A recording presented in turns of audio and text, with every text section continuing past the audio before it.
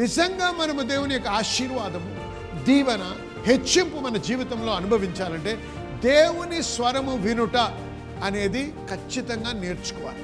ఇది నేర్చుకోవాలంటే ఖచ్చితంగా ప్రార్థనలో సమయం గడపాలి. అందుకే మీకు చెప్పాను, గంట సేపు ప్రార్థన చేయాలి, వాక్యం బాగా వినాలి, చదవాలి కూడా. సరే, హెచ్చింపు గురించి కొన్ని వారాల నుంచి మనం ధ్యానిస్తూ ఉన్నాం. మరి దేవుని యొక్క చిత్తం అని కూడా మనం గ్రహించాం. ద్వితీయోపదేశకాండం 1వ అధ్యాయము 28వ అధ్యాయం 1వ వచనం ఒకసారి చూద్దాం. The Lord thy God shall set thee on high above all nations of the earth. నీవు నీ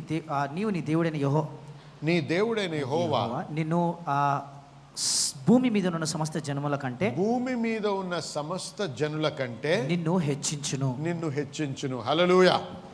ఇది దేవుని యొక్క చిత్తము తన బిడ్డల పట్ల. దేవుని యొక్క చిత్తం ఏంటి? మనము ఉన్నతమైన స్థితిలో ఉండి ఒకరికి అప్పు ఇచ్చువారుగా కానీ అప్పు పుచ్చుకునేవారుగా కాదు, కానీ ఇచ్చువారుగా ఉండాలి. పైన ఉండాలి కానీ కింద కాదు, తలగా ఉండాలి కానీ తోకగా ఉండకూడదు అనేది దేవుని యొక్క చిత్తం తన బిడ్డల పట్ల. ఇవి దేవుడు మన పట్ల ఉన్నటువంటి ఉద్దేశం. కానీ ఇది మన పట్ల జరగాలంటే కొన్ని షరతులు ఉన్నాయి. ఎందుకు షరతులు ఉన్నాయంటే ఇది ఒక నిబంధన కాబట్టి. నిబంధనలో ఎప్పుడు కూడా షరతులు ఉంటాయి.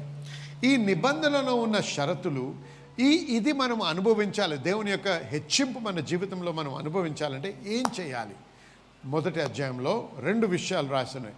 If thou shalt hearken diligently unto the voice of the Lord thy God. నీ దేవుడైన యెహోవా మాట శ్రద్ధగా విని నేడు నేను నీకు ఆజ్ఞాపించుచున్న ఆయన ఆజ్ఞలన్నిటినీ అనుసరించి నడిచిన ఎడల. చూసారా, 2 విషయాలు. ఒకటి, ఆయన స్వరమును వినాలి. రెండవది, ఆ మాట ప్రకారం మనము నడుచుకోవాలి, అంటే విధేయత. ఒకటి దేవుని స్వరం వినుట, రెండవది విధేయత. ఈ 2 కానీ మనము చేయగలిగితే ఖచ్చితంగా మనం దేవుని యొక్క హెచ్చింపుని మన జీవితంలో మనం అనుభవించగలం. ఏంటండి? దేవుని స్వరము వినుట. వినండి జనులారా, దేవుని బిడ్డలైనటువంటి మనము ప్రతి ఒక్కరము కూడా మన ప్రార్థనలు, మన యొక్క బైబిల్ చదవడం ఏంటి, ఏది చేసినా ఇవన్నీ కూడా ఎక్కడ తీసుకొని రావాలి? మనల్ని దేవుని స్వరము వినే స్థితికి తేవాలి. మనం 8 గంటల సేపు రోజు ప్రార్థన చేసి 10 అధ్యాయాలు చదివి దేవుని స్వరం వినలేని స్థితిలో ఉంటే అది ఎందుకు కూడా పనికి రాకుండా అది మతపరమైన జీవితాన్నే జీవిస్తాం. గమనించండి, ఏసయ్యకి వాక్యము బాగా వచ్చు. ఎప్పుడు? అభిషేకించక ముందే వాక్యం వచ్చు. ఎందుకు? 12 ఏళ్ళ వయసు గలవాడు ఉన్నప్పుడే అనేక మంది విభ్రాంతి పోయేటట్టు మాట్లాడాడు వాక్యంలోంచి. కానీ అభిషేకించబడ్డ తర్వాత కూడా మనం ఏం చదువుతాం? అనేక సార్లు రాత్రంతా ప్రార్థనలో గడిపేవాడంట. అనేక సార్లు ప్రార్థన కొరకై ఏకాంతంలోకి వెళ్ళేవాడు. ఎందుకు? దేవుణ్ణి మెప్పించడానిక? కాదు. నా బిడ్డ 8 గంటలు ప్రార్థన చేశాడు కాబట్టి దీవించాలి అని దీవిస్తాడా? కాదు. ఆయన వెతికినప్పుడు ఆయన వెతకాలని వాక్యంలో వ్రాయబడింది. అవునా? ఏం జరుగుతుంది వినండి. ఏమన్నాడు యేసయ్య? నేను ఏమి వింటానో అదే మాట్లాడతాను, నేను ఏమి చూస్తానో అదే నేను చేస్తాను. ఈ వినుట, ఈ చూచుట అనేది ఎక్కడ జరుగుతూ ఉంది యేసయ్యకి? ప్రార్థనలో. హల్లెలూయా, హల్లెలూయా. చూసారా? కాబట్టి యేసయ్య ప్రాముఖ్యంగా ఏం చేసేవాడు? ఆయన తండ్రి ఏం చెప్తున్నాడు వినాలి అనే ఉద్దేశంతో ఏకాంతంలోకి వెళ్ళి ప్రార్థన చేసేవాడు. ఒక్కోసారి రాత్రంతా, ప్రతిరోజు రాత్రంతా గడిపేవాడు కాదు, ఒక్కో రోజు కొద్దిసేపు గడిపేవాడు. కానీ ఎంత సమయం గడిపాడో కాదు ముఖ్యం. ఇక్కడ ఆయన స్వరము విన్నాడా లేదా? ఎందుకంటే వినండి, దేవుని స్వరము వినుట అనేది ఒక దేవుని రాజ్యానికి సంబంధించినటువంటి ఒక తాలుపు చెవి. మన విజయానికి, మన హెచ్చింపుకి, మన ఆశీర్వాదానికి. మనం తెలుసుకోవాల్సిన విషయం ఏంటంటే మనము ఆ రేమా మాట వినే స్థితిలో ఉండాలి. రేమా అంటే దేవుడు మన కొరకు ఇప్పుడు పలుకుతున్నటువంటి మాట.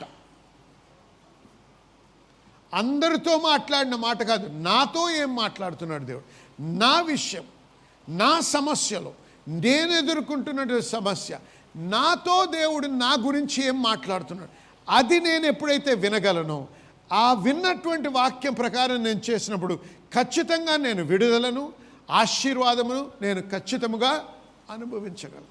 కాబట్టి వినండి జనులారా, నిజంగా మనము దేవుని యొక్క ఆశీర్వాదము, దీవెన, హెచ్చింపు మన జీవితంలో అనుభవించాలంటే దేవుని స్వరము వినుట అనేది ఖచ్చితంగా నేర్చుకోవాలి.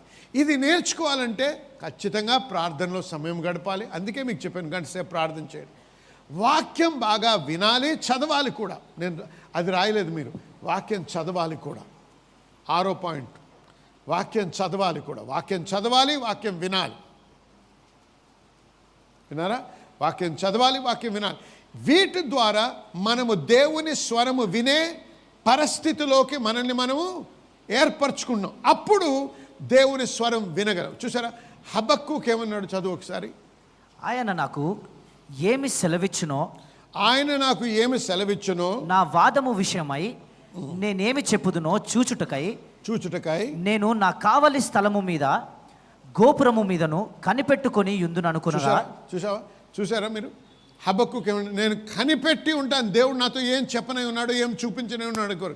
కాబట్టి ఇది నేర్చుకోవాలి. ప్రార్థన అంటే ఉట్టిగా ప్రతిసారి వెళ్ళి నాకు ఇది కావాలి దేవా, నన్ను స్వస్థపరచు దేవా, నాకు ఆ ఉద్యోగం కావాలి ప్రభా, నాకు ఆ హెచ్చింపు కావాలి ప్రభా, నాకు ఆ ప్రమోషన్ కావాలి ప్రభా, నాకు ఆ డబ్బు కావాలి ప్రభా, ఇది చెప్పుకోవడం కాదు ప్రార్థన అంటే.